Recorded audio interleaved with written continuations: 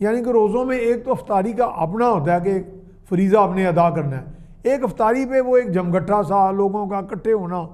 تو یہ آپ لوگ بھی بطور صحافی اور ہم بھی ایک عرصہ کئی میرا اب تک ہزاروں کی تعداد میں تراویحیں بھی یہ افطاریاں بھی اٹینڈ کی.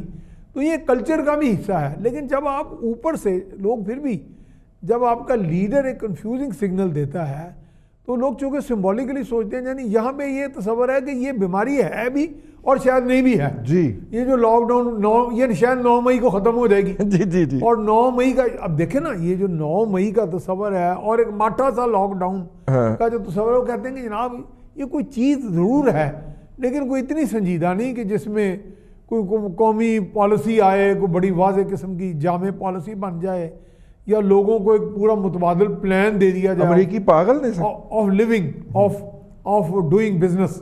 تو اس میں چونکہ یہاں پہ جو آپ دے رہے ہیں, پھر آپ یہ جو کنفیوزنگ سگنل دے رہے ہیں, آپ کا جو میرا خیال امپلیمنٹر ہے, جو سپاہی ہے, جو فوجی جہاں بھی کھڑا ہے, وہ بھی سمجھتا ہے کہ میں کس منہ سے کس کو کیا کہوں کہ کہاں جا رہے ہو, کیوں جا رہے ہو.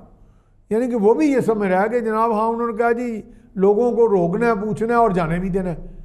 تو اس میں آپ نے کوئی ایک فیصلہ کرنا ہے. اب آ جاتے ہیں پریس کانفرنس کی طرف جو آج ڈی جی ISPR کی. میں اپنے طور پہ ایک پاکستانی ہونے کے ناطے اس میں ایکسپیکٹ یہ کر رہا تھا کہ چونکہ ہمارے یہاں مسلح فوج ایک بہت بڑے سٹیک ہولڈر ہے, صحیح, اور ایک میں سمجھتا ہوں, میں تو ان کو کبھی کبھی ڈیسیژن میکرز بھی کہتا ہوں, one of the prime decision maker, جو ڈیسیژن میکنگ میں جن کا بڑا کردار ہے.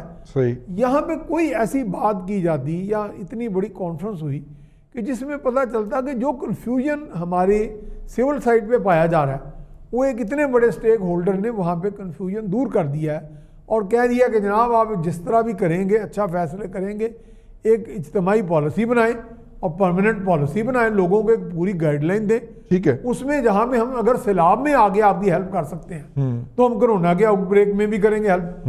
اگر آپ زلزلے میں ہمارا مشینری استعمال ہوتی ہے, جیسے ابھی بھٹی صاحب نے بتایا کہ جی باقاعدہ ریزرووں کو بلا لیا گیا, یہ باقاعدہ آج اعلان کیا گیا. تو اگر یہ سارے کا سارا کچھ اس طرح کر کے ہوتا, اگر میں سمجھتا ہوں اس میں وہاں پہ بھی میں سمجھ رہا ہوں کہ کوئی ایک واضح کوئی ایسا کوئی بیان آ جاتا, کچھ لوگ ایکسپیکٹ کر رہے تھے, تو لوگ اس میں لوگوں نے سمجھا کہ یہ ایک وہی بات ہے کہ دیکھیں نا ہمارا بھارت سے جو دشمنی ہے وہ آج کی سٹوری تو نہیں ہے. بالکل صحیح. بھارت کے ساتھ ہماری الرٹنس پہ کیا بحث کرنی ہے, اور میرا خیال ہے وہ ہم we are always in state of preparedness, ہم تو ہر وقت ہی ہوتے ہیں. اگر 850 سیز فائر وائلیشن ہوئی ہیں تو 850 کا مقابلہ کرنے کے لیے ہماری افواج تو تیار ہے. صحیح. اس وقت تو سب سے بڑی جو وائلیشن ہو رہی ہے وہ تو کرونا کر رہا ہے ہماری لائف کے اندر, اس پہ کوئی بات ہونی چاہیے. بالکل, اور اس میں کوئی واضح قسم کی بات نہیں ہوئی. بالکل ٹھیک ہے. ممتاز بھٹی صاحب کچھ کہنا چاہ رہے تھے آپ کے اس سوال کے جواب میں. جی جی بھٹی صاحب.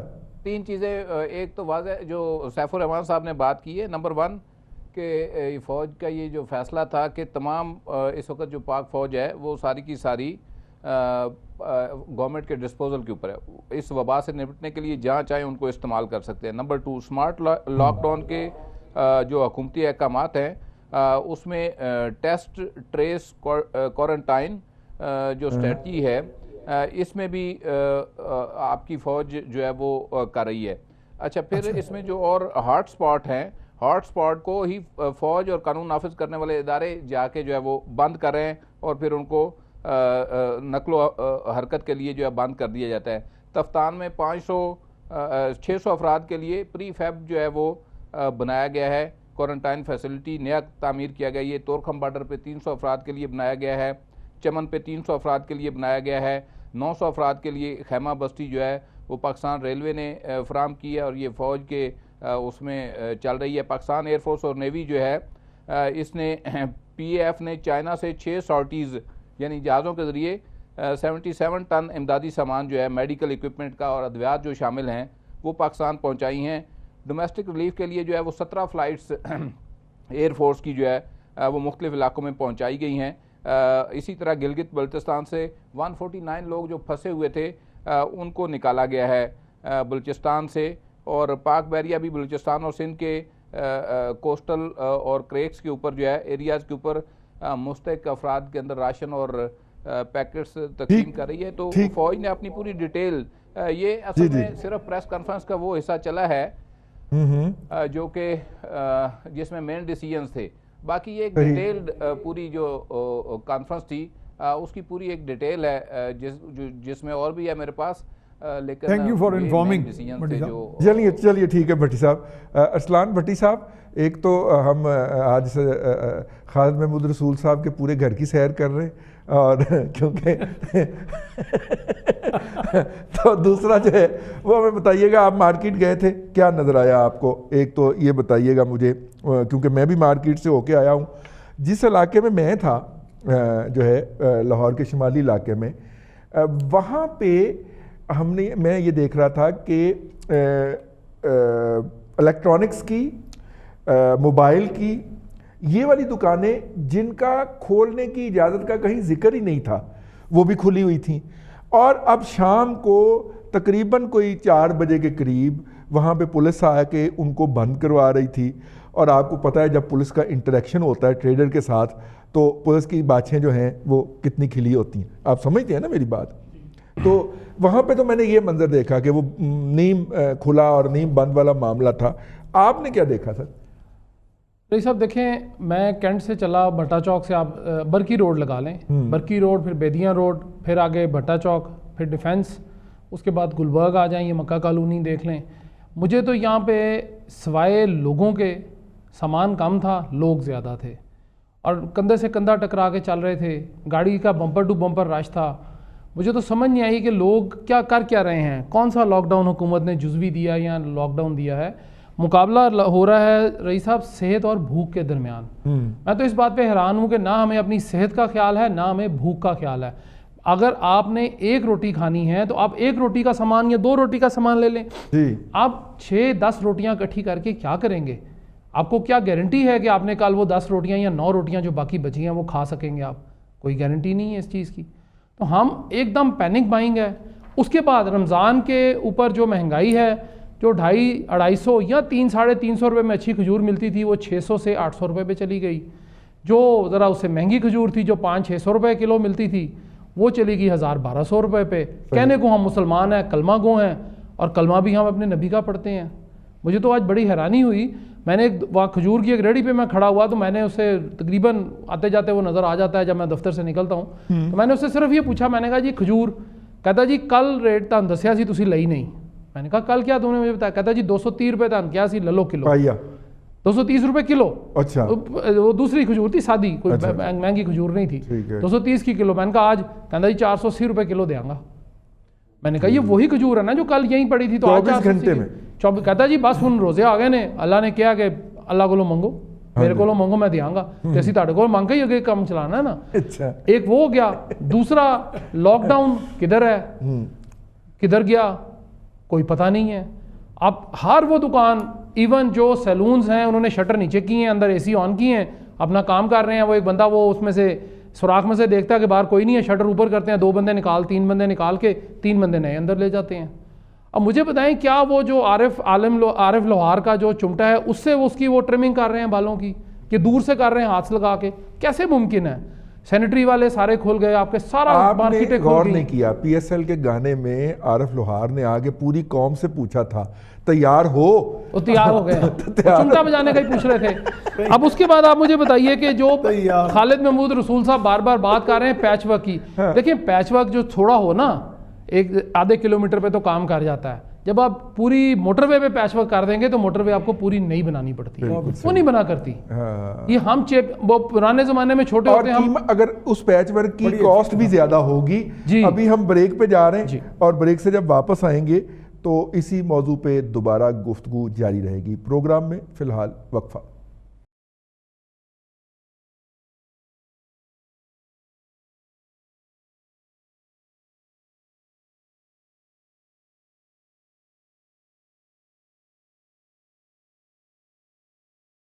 Welcome back. کنٹروورسی ٹوڈے کے ساتھ آپ کو ایک مرتبہ پھر خوش آمدید کہتے ہیں. بریک پہ جانے سے پہلے ہم بات کر رہے تھے اور بھٹی صاحب نے فرمایا کہ حکومت کی ڈسپوزل پہ ہے.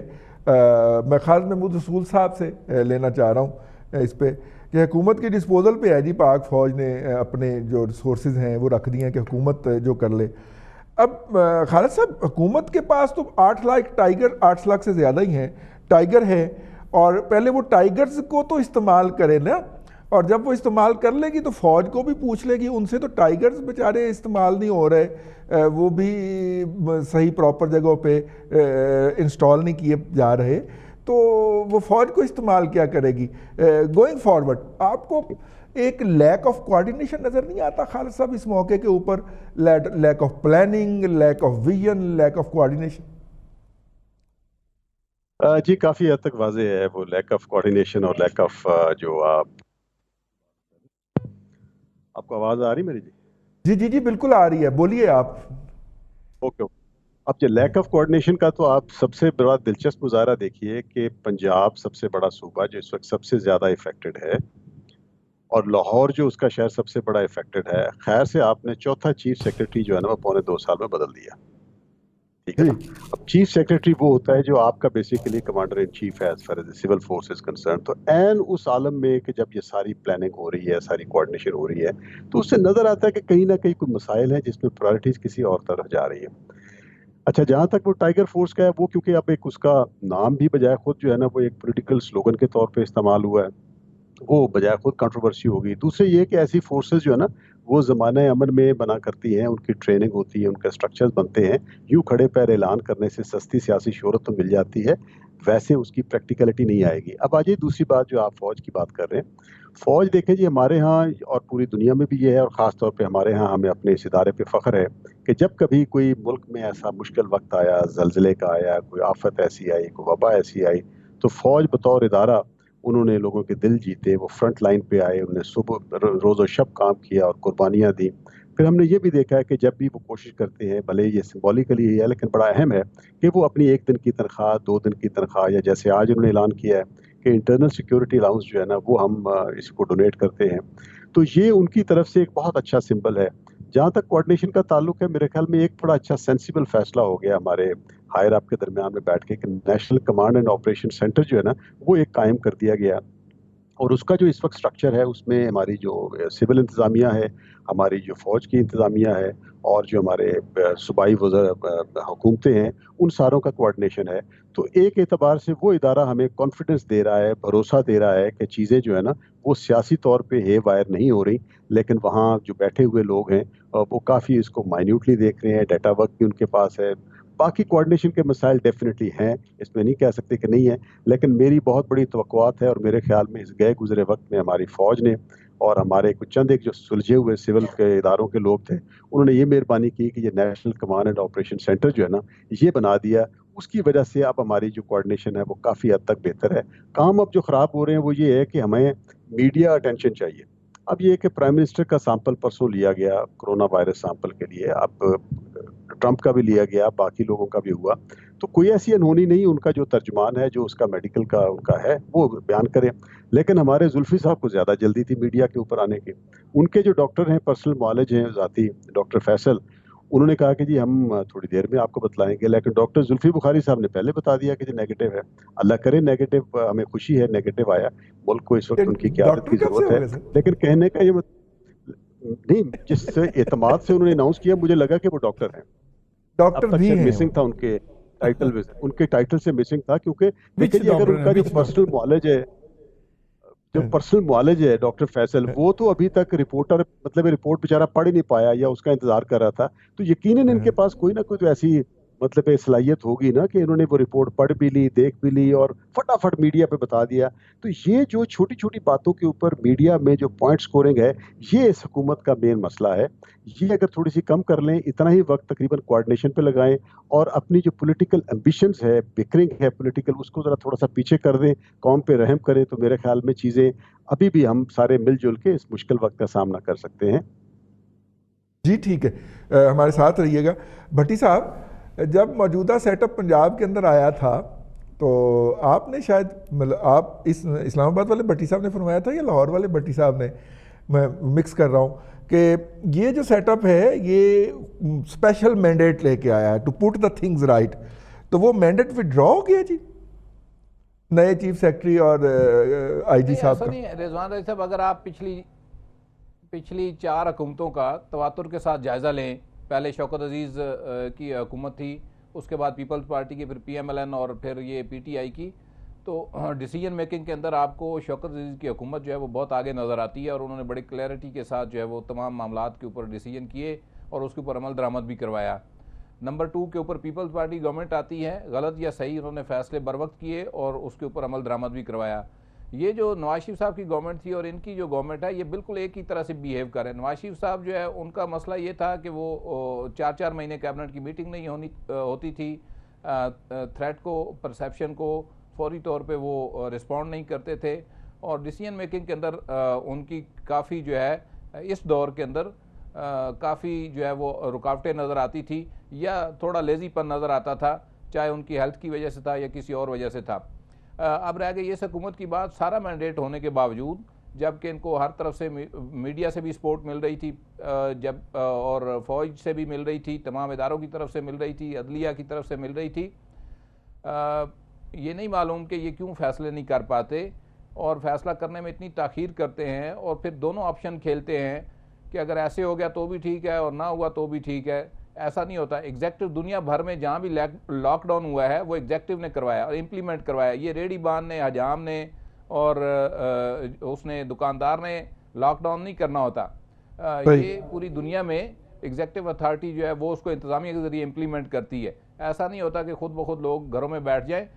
تو انہوں نے نہیں کیا، نہ پہلے کیا نہ اب کیا۔ صرف ہاٹ سپاٹ جو ایریاز ہوئے وہاں پہ فوج نے خود جا کے پولیس کو ساتھ لے کر ان ایریاز کو سیل کر دیا۔ یہ پنجاب میں اور پنڈی میں بہت سارے ایسے ایریاز ہیں۔ اب اس کے علاوہ جو ہے وہ سارے کا سارا کھلا ہوا ہے۔ رہ گئی بات کہ ڈیسیجن کیوں نہیں کر پا رہے۔ نمبر 1 کہ ایک تو مجھے لگتا ہے کہ تجربے کی کمی ہے، ٹیم جو ہے وہ ان کی کمپیٹنٹ نہیں ہے۔ وہ خود بھی انہوں نے کل کہا کہ جی نئی ٹیم کے ساتھ میں ملک چلا رہا ہوں، تو ان کو جو ہے نا وہ شاید سیکھنے میں ایک تو چاہیے، وقت چاہیے۔ سیکنڈلی یہ ایج کے اسی آلموسٹ اس کے اوپر ہیں ایج وائز جس کے اوپر نواز شریف صاحب تھے، اور میرا خیال یہ ہے کہ اس ایج میں بندے کی ڈیسیجن پاور جو ہے وہ متاثر ہوتی ہے۔ یہ میری ذاتی رائے ہے کہ یہ جو ہے وہ ڈیسیجن نہیں کر پا رہا ہے۔ کوارڈینیشن کر رہے ہیں، مسلسل میٹنگز کر رہے ہیں، اور دن میں 4 میٹنگز ہوتی ہیں، لیکن فائنلی آپ کو ڈیسیجن ہوتا ہوا نظر نہیں آتا، اور باوجود اس کے کہ اداروں کی ریکمنڈیشنز جو ہیں ان کو نظر انداز کیا گیا۔ کراچی کے ڈاکٹرز نے پریس کانفرنس کی تھی جس کے اوپر یہ چلا رہے تھے سارے ان کے مشیر۔ آج پشاور کے ڈاکٹرز نے پریس کانفرنس کر دی ہے، اور انہوں نے کہا کہ یہ جو صورتحال ہے یہ ہمیں مشابت لگتی ہے، آگے چل کے یہ اٹلی والی صورتحال کے اندر نہ تبدیل ہو جائے۔ اور انہوں نے ہاتھ جوڑ کے یہ کہا ہے کہ جی پیرامیڈکس کے پاس، ڈاکٹروں کے پاس کچھ نہیں ہے، ان کے پاس کٹس نہیں ہیں، اور ڈاکٹرز جو ہے وہ پاکستان میں اگر آپ ریشو نکالیں پیشنٹس کی تو، اور ڈاکٹرز کی اور پیرامیڈکس کی، تو دنیا میں سب سے زیادہ ڈاکٹر اور پیرامیڈکس جو ریشو وائز ہیں کرونا پیشنٹس کے، وہ زیادہ متاثر ہوئے ہیں۔ تو انہوں نے کہا جی کہ اس صورتحال میں ہم کیسے کام کر سکتے ہیں۔ یہ بڑی پریشان کن صورتحال ہے۔ ڈاکٹرز جو ہیں وہ بھی انسان ہوتے ہیں۔ رضوان رضی صاحب، یہ جو پولیس والے کھڑے ہیں باہر، جو فوج والے کھڑے ہیں، یہ آپ نے تو ان کو کٹس ہی نہیں دی۔ پوری دنیا میں کہاں پہ ایسے ہوا کہ ڈاکٹر پیرامیڈکس کے پاس جو ہے وہ کٹ نہ ہو، اکوپمنٹ ہی پورا نہ ہو؟ آپ تو انہیں بے دست و پا جو ہے وہ ایک وبا کے ساتھ لڑا رہے ہیں، اور وہ اس کا شکار ہو رہا ہے دھڑا دھڑ۔ ڈاکٹرز جو ہے وہ اس کا باقاعدہ اے ایس ایف کا، آپ کا لاہور کا ڈائریکٹر جو ہے وہ آج اس کی ڈیتھ ہو گئی کرونا سے۔ 17 لوگ جو ہے اے ایس ایف کے وہ متاثر ہیں کراچی اور لاہور کے اندر۔ تو میرا نہیں خیال کہ حکومت کو جس لیول کے اوپر رسپونڈ کرنا چاہیے تھا اس کے لیے وہ یا تو تیار نہیں تھی۔ نواز شریف صاحب سے بھی یہ غلطی ہوئی تھی، انہوں نے جو وزیرستان آپریشن تھا اس کے اوپر ریلیکٹنٹ رہے اور بہت لیٹ جا کے ڈیسیجن لیا، اور لیکن وہ ایک ڈیفرنٹ نوعیت کا فیصلہ تھا۔ یہ ایک انٹائر ڈیفرنٹ نوعیت کا فیصلہ تھا جس کے اوپر فوری طور پہ فیصلہ کر کے عمل درآمد کی ضرورت تھی، اور آج تک عمران خان صاحب جو ہیں۔ اور پھر مجھے ایک بات بتائیں، یہ ایک پرائم منسٹر کا میراتھن کے اندر بیٹھنا اور کئی گھنٹے ضائع کرنا، جبکہ ملک کے اندر جو ہے وہ صورتحال سب کے سامنے ہے۔ آج تو فوج نے بھی کہہ دیا، فیبرری مڈ میں جب ہم نے کہنا شروع کیا تھا تو یہ کہتے تھے چپ رہیں، بات نہ کریں اس کے اوپر، اور مارچ کے اندر تو ہم نے بار بار کہا۔ تو میرا خیال یہ ہے کہ ان کو ابھی تک ہیٹ نہیں پہنچی ہے۔ اور ڈاکٹرز کی آج جو ایسوسی ایشن کی پریس کانفرنس ہے پشاور والی، اس میں انہوں نے کہا جی ایک چیز کو چن لیں، کاروبار یا زندگی۔ ٹھیک، اگر آپ نے کاروبار جاری رکھنا ہے تو پھر یہ زندگی جو ہے یہ نہیں چل سکتی، اور سڑکوں کے اوپر آپ کو وہی حال نظر آئے گا جو کہ اٹلی اور امریکہ کے اندر نظر آ رہا ہے. تو میرا خیال ہے کہ ابھی بھی گورنمنٹ کے لیے یہ کوئی لاک ڈاؤن نہیں ہے، سارا کچھ کھلا ہوا ہے، کوئی عمل درآمد نہیں ہو رہا لاک ڈاؤن کے اوپر. اور خود یہ دیکھ کر گئے ہیں پرائم منسٹر کل پنڈی آئے ہوئے تھے، تو حالات انہوں نے دیکھے ہیں یہاں پر کہ ساری سڑکیں اسی طرح جو ہے وہ چل رہی ہیں اور ٹریفک بھی ان کے اوپر ہے، ریڑیاں بھی کھڑی ہیں. تو اگر تو انہوں نے کوئی ڈیسیجن کرنا ہے تو ایک آدھ دن کے اندر کر لیں. 10-15 دن کے بعد جب صورتحال اسپتالوں کی، اور آپ کو اسپتالوں کے اندر بیڈ نہیں ملیں گے، جس طرح سے 500 سے 600 پیشنٹ روز آ رہے ہیں، تو آپ کے پاس تو بدے رکھنے کی جگہ ہی نہیں ہوگی. تو پھر آپ بیٹھے ہوں گے اور طارق جمیل کو ساتھ لگا کے جو ہے وہ ایک دعا کروا رہے ہوں گے، جس میں کیا ساری قوم جو ہے وہ بے حیا اور کافر زندیق ہوگی، اور صرف 2 ہی جو ہیں وہ اس دنیا کے اندر پارسا ہوں گے، میں تے میرا ٹولن مائی. یہی فائنل بات ہے کہ میں اور میرا ڈولن بھائی جو ہے، میں تے میرا ٹولن بھائی، بس اسی 2 ہی ہوں گے سر. میاں سیف الرحمان صاحب، ٹائم کم ہے ہمارے پاس، لیکن انہوں نے فرمایا کہ پی ایم ایل این اور جو ڈیسیجن میکنگ ہے سملیرٹی ہے پی ٹی آئی کے اندر. پی ایم ایل این نے تو اپنے 4 یا 5 سال گزار کے چلی گئی، جیسے بھی ان کے خلاف ساری 5 سال انہوں نے مزاحمت کی. ان کے فیصلے بھی ہمارے سامنے ہیں، وہ جس حوالے سے بھی ہوں، پاور سیکٹر کے اندر یہ وہ غلط تھے. صرف ایک جملہ یہ جو آپ نے بات کہی ہے کہ جو فرق آپ کو نظر آتا ہے وہ یہ تھا کہ ان کی پنجاب حکومت ایکٹیو تھی اور ان کی پنجاب. اچھا چلیے، یہ ایک اضافی آرگومنٹ آ گیا. اب مجھے ان کا مطلب ظاہر ہے کہ بہت سارے فیصلے جو کہ ہوئے ان پہ عمل درآمد ہوا.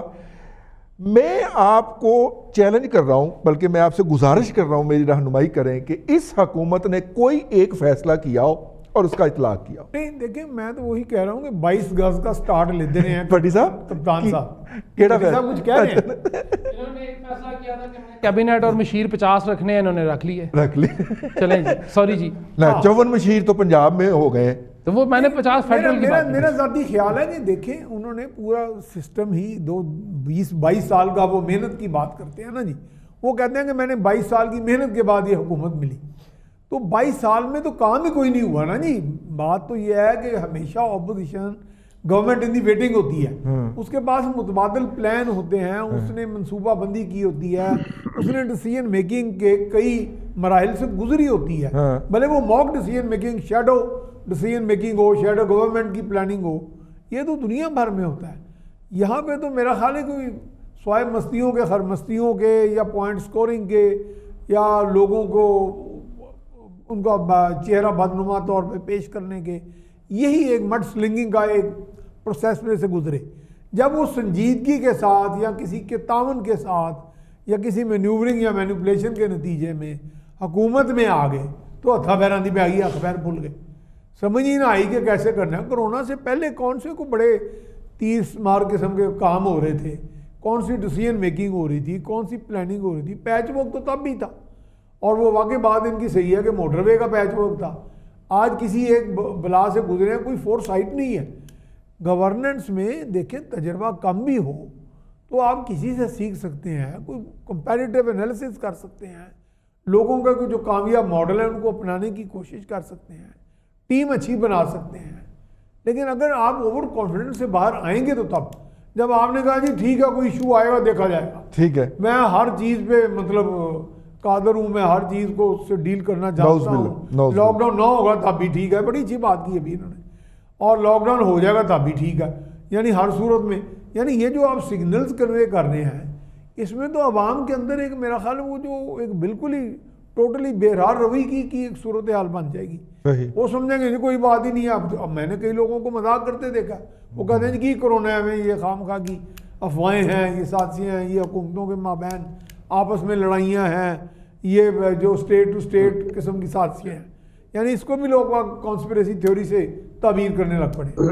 تو آپ جب واقعتاً ایک لیڈر کے طور پہ بہیو کریں گے تو کسی حد تک ایک لائن تو ڈرا کر لیں گے نا، لوگوں کو ایک راستہ دکھا دیں گے کہ بھائی یہ راستہ غلط ہے، یہ صحیح ہے.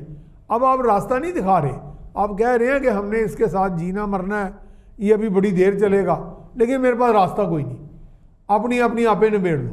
صحیح. تو یہ چیزیں جو ہے نا, یہ گورننس کے ماڈل میں, گورننس میں نہیں ہوتی. گورننس میں آپ گورننس کرتے ہیں, ڈیسیجن میکنگ کرتے ہیں, فورس ہی کرتے ہیں چیزوں کو, صحیح, اور منصوبہ بندی کرتے ہیں. بالکل ٹھیک ہے. اپنا ارسلان بھٹی صاحب, یار کام تو بیوروکریسی نے نہیں کرنا ہوتا, لیڈر نے تو بتانا ہوتا ہے کہ بیوروکریسی نے پلان دینا ہوتا ہے کہ سر اس کام کرنے کے یہ 8 طریقے ہیں, اسے بتانا ہوتا ہے کہ یہ طریقہ اپناؤ, اتنے ٹائم کے اندر مجھے رزلٹ چاہیے. یہ قیادت نے تو یہ کرنا ہوتا ہے نا, کہ بیوروکریسی تو وہی ہے جو نواز شریف کے دور میں تھی, جو مشرف کے دور میں تھی, وہی آفیسر پروموٹ ہو کے اوپر آئے ہیں نا. کوئی باہر سے تو کوئی یہ تو نہیں ہو گیا کہ کوئی باہر سے لوگ آگے ہوں, تو پھر مسئلہ کیا ہے؟ ایسا میں ایک سوال ہے چھوٹا سا بڑا معصوم سا, کہ فوج سے ہم نے کیا کیا کام لینے ہیں؟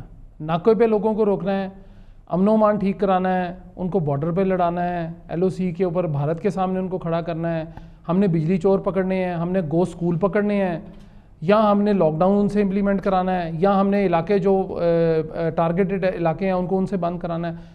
ہماری فوج ہے, میری فوج ہے, میں اسے جو کہوں گا وہ میرے لیے آئیں گے باہر, وہ کریں گے بھی, لیکن کوئی کام تو خود کر لیں, ان کی مدد لے لیں, ان سے تھوڑی سی مدد ضرور لے لیں, لیکن ان کا جو اپنا کام ہے وہ ان کو کرنے دیں. آپ نے لاک ڈاؤن کرنا ہے, نہیں کرنا نہ کریں, بالکل ٹھیک ہو گیا. آپ نے جو کوئی کام کرنا ہے بیوروکریسی کے تھرو کرنا ہے, بیوروکریسی کو ٹکنے تو دیں. آپ نے این پیک ٹائم کے اوپر, وہ بھٹی صاحب کہہ رہے تھے کہ جی وہ میرے دوست ہیں جازیب صاحب بھی, میرے جو اپنا اعظم سلیمان صاحب بڑے اچھے آدمی ہیں, یہاں پہ پنجاب میں رہ کے گئے ہیں, سیکرٹری تھے, پھر وہ فیڈرل میں چلے گئے, پھر واپس آ گئے, پھر چلے گئے.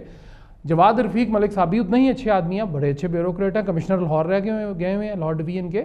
پرابلم یہ ہے کہ آپ نے جو امپلیمنٹ کرنا ہے, کیا آپ کے پاس کوئی پلان ہے؟ جب پلان ہی کوئی نہیں ہے تو بیوروکریسی بیچاری کیا کرے گی صبح؟ میرے بہت سارے ایسے بیوروکریٹ دوست ہیں, وہ کہتے ہیں جی ہم صبح جاتے تھے, اور 3 ماہ میں ہو گئے یہاں بیٹھے ہوئے. پلاننگ اینڈ ڈیولپمنٹ ڈپارٹمنٹ کی میں بات کر رہا ہوں کہ 3 ماہ میں کوئی ایک پلان, کوئی ایک پروجیکٹ, سوائے میں نے پہلے بھی ذکر کیا آج سے 3-4 ماہ 5 ماہ پہلے, کہ سوائے جو یہ آپ کی فٹ پاتھس ہیں ان کو پکا کرنے کے علاوہ ہم نے کچھ نہیں کیا. نہیں, سائیڈوں کے اوپر وہ جو اینٹیں ٹوٹ گئی ہوتی ہیں وہ لگائیں گے, وہ ٹھیک کر لی, چلیں یہ بھی کر لیتے ہیں. بہت بڑا پروجیکٹ کا کوئی پلان, کوئی ویژن, کوئی کیپیبلٹی, کیپیسٹی ہو تو آپ یہ کام لے سکتے ہیں نا. اب بیوروکریٹ سے آپ کہتے ہیں جی کہ یہ لاکھ روپے کا کام ہے, اس پہ سائن کر دو, وہ کہتا ہے جی مجھے نیب سے کون بچائے گا. آپ نے امیونٹی دے دی, لیکن اس کے باوجود ان کے سر پہ تلوار لٹک رہی ہے کہ جناب کہیں نہ کہیں ہم نے پکڑ لینا انہوں نے ہمیں, تو وہ کرتے ہی نہیں کام. بالکل ٹھیک. وہ کہتے ہیں جی نہ کر کے تو ہمیں تنخواہ تو مل رہی ہے نا جی, 1600 cc یا 1300 cc گاڑی گھر میں ہے, پیٹرول ہے, اس کے بعد آپ کی اوپر سے اللہ کی طرف سے ہمیں کام نہ کرنے کا ایک بڑا اچھا ہمارے پاس آ گیا, چاہے وہ جیسے بھی ہے, وائرس آ گیا, ہم نے نکلنا ہی نہیں ہے, تو پہلے ہی نہیں نکلتے. اور دوسری آخری بات میں آپ سے کہہ دوں کہ چھوٹے ہوتے ہم پتنگ پھٹ جاتی تھی تو اس پہ سوری آٹے کی لئی بنا کے اس سے چوڑتے تھے, آٹا چوری ہو گیا. وہ آٹا لئی جو تھی وہ بنتی تھی آٹے سے, اور ہم جوڑتے تھے, تو چھوٹا اگر وہ پھٹتی تھی نا پتنگ, کوئی 1-2 انچ کا اس میں کوئی کہیں سے لگ جانا یا اس نے پھٹ جانا, تو ہم جوڑ دیتے تھے.